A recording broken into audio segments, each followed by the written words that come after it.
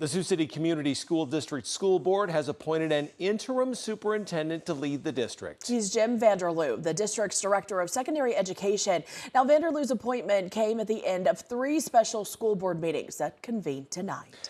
KTIV's Sophie Wyckoff is in studio with us tonight. And Sophie, how did the board decide to hire Vanderloo as its interim superintendent? Yeah, Matt and Jess, Vanderloo's appointment fills a leadership gap of Superintendent Dr. Juan Cordova and the medical leave of Associate Superintendent Angela Bemis. Tonight, the board voted unanimously to appoint Vanderloo interim superintendent effective immediately. Vanderloo wasn't at tonight's meeting. His appointment is contingent of the finalization of the hiring process and board approval of his contract. The contract will be effective through June 30th, but the board has the option to renew that contract through the 2026-2027 school year as it searches for a permanent superintendent. It was a good choice. It was a great choice for our district, and it brings stability.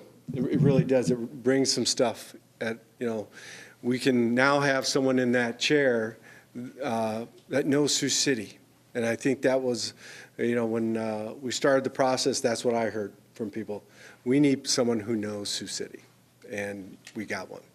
Vanderloo has served the Sioux City Community School District for the past 34 years. He began his career as a special education history teacher at West Middle School in 1992.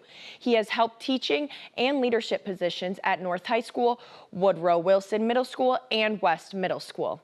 Vanderloo was named the district's Director of Secondary Education and Activities in 2011. All right, Sophie Wyckoff live for us in studio tonight. Sophie, thank you.